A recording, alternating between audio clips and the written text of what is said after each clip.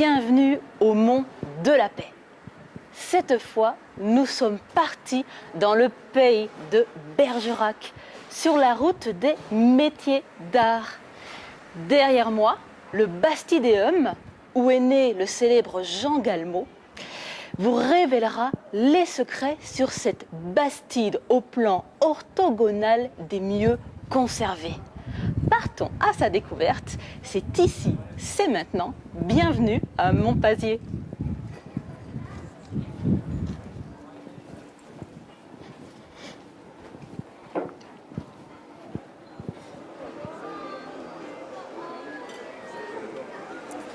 Bonjour Myriam, merci d'accueillir TV Périgord.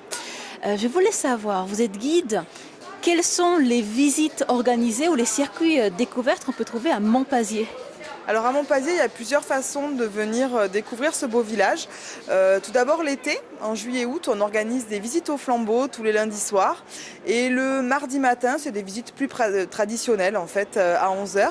Et sinon, tout le long de l'année, on accueille les groupes, bien sûr sur réservation.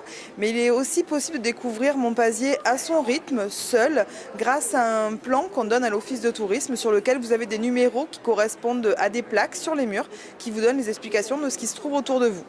Comment résumer Montpazier en une phrase?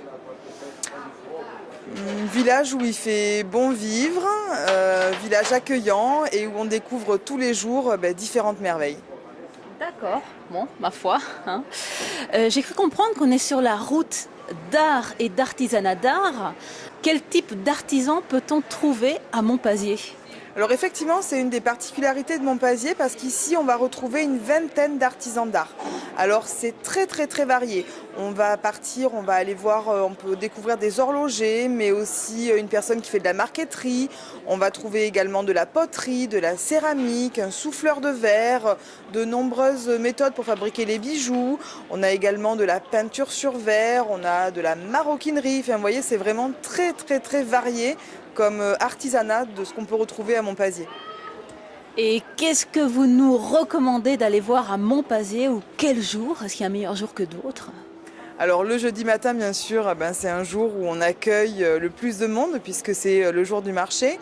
Après, moi, je vous invite justement à aller parcourir toutes ces petites ruelles et puis surtout à ne pas hésiter à rentrer dans les nombreux ateliers parce qu'on parlait des artisans d'art. La particularité surtout ici, c'est qu'ils travaillent devant vous. Donc c'est aussi une façon de découvrir le village différemment puisque au-delà de la pierre, on va découvrir vraiment un travail. Et ça, c'est un travail qu'on peut vraiment voir puisqu'ils travaillent dans leurs ateliers et non seulement donc on peut les observer et on a toutes les explications qu'il nous faut pour comprendre l'art. Bon, vous l'avez compris, nous sommes dans une bastide d'art. Merci Myriam pour cette participation de TV Périgord et à bientôt, certainement. À bientôt j'espère, merci. Merci.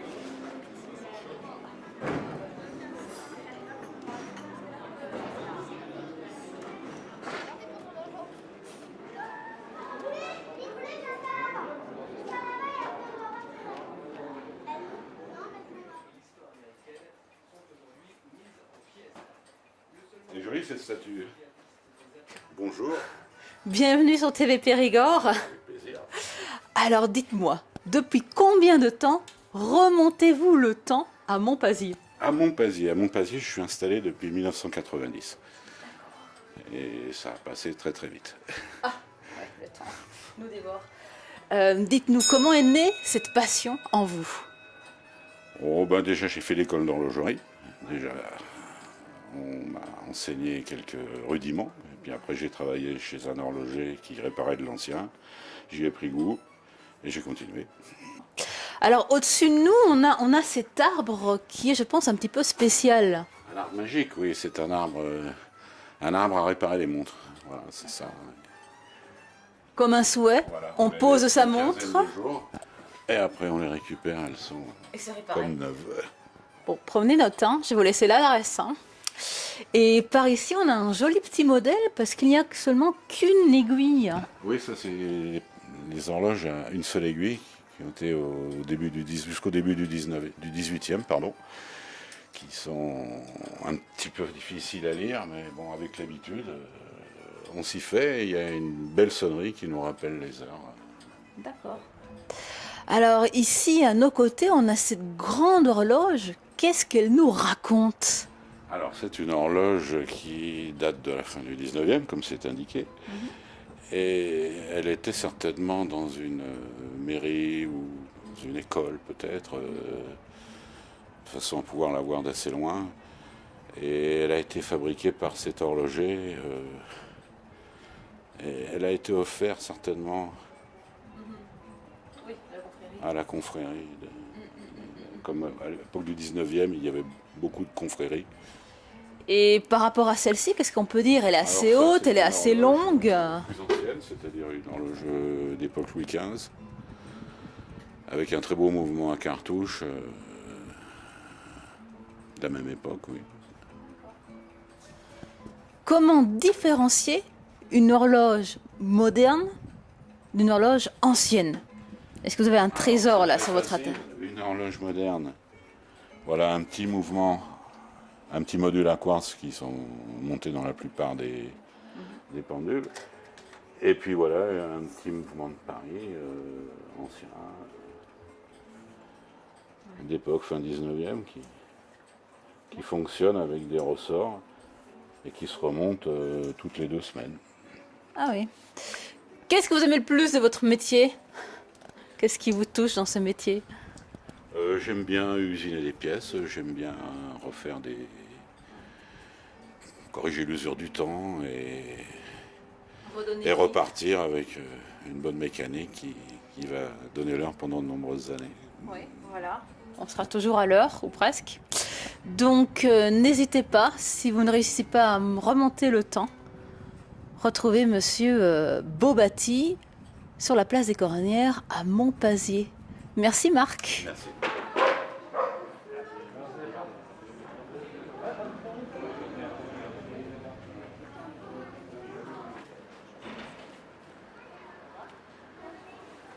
Bonjour Michel. Nous voici dans ton univers. Ça brille, ça scintille, c'est plein de couleurs. Qu'est-ce qui se cache ici? Alors ce meuble, bonjour, ce meuble s'appelle le Fou du Roi, si Versailles m'était compté. Ce qui se cache ici, ce sont toutes mes collections d'autres pièces qui ne sont pas déjà exposées. Et voilà, si Versailles m'était compté, c'est une collection avec de l'ambre, de la citrine, des pâtes de verre. Et là, c'est le thème des boutons sont donc des soleils. D'accord.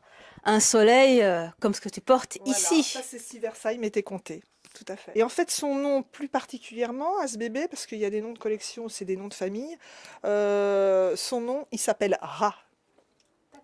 Voilà, parce que j'aime beaucoup aussi travailler sur l'Égypte. Alors Michel, à part des colliers, des parures, des bijoux, j'ai cru comprendre que tu fais aussi d'autres choses.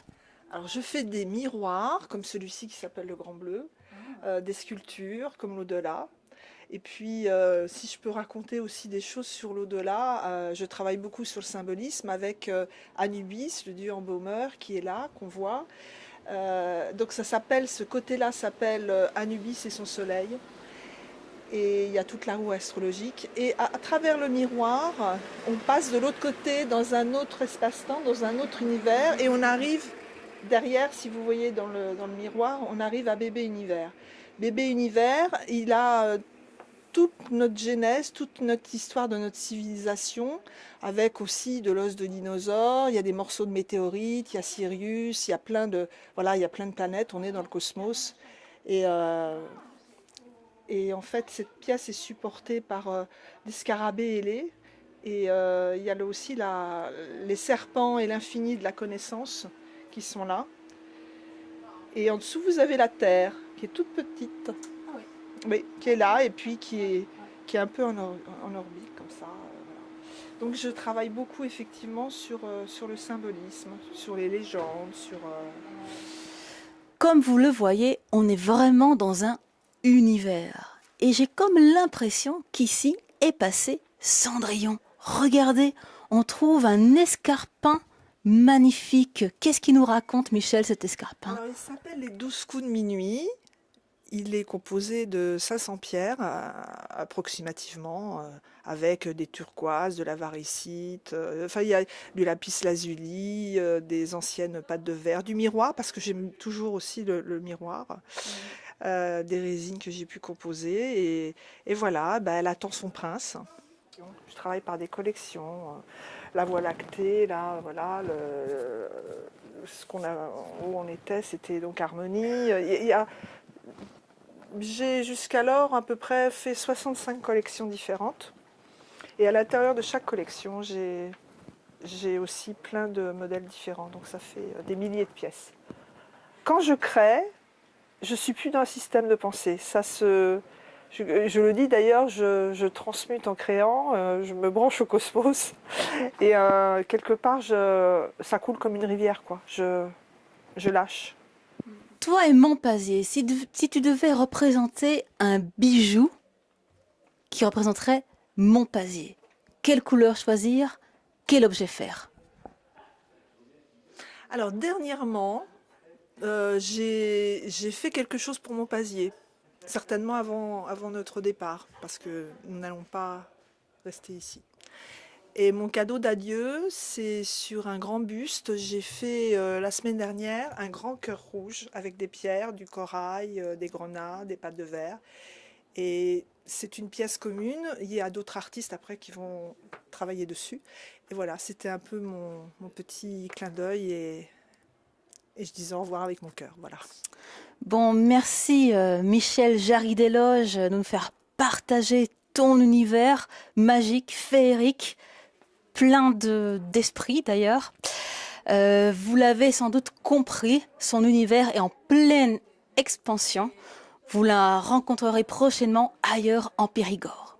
En attendant, je vous remercie de nous avoir suivis dans cette 3e édition à Montpazier où nous avons rencontré un horloger, on a découvert le Bastidéum, la Grande Place des Cornières et je vous dis à une prochaine fois pour la 4e édition. Les cœurs du terroir, c'est vous!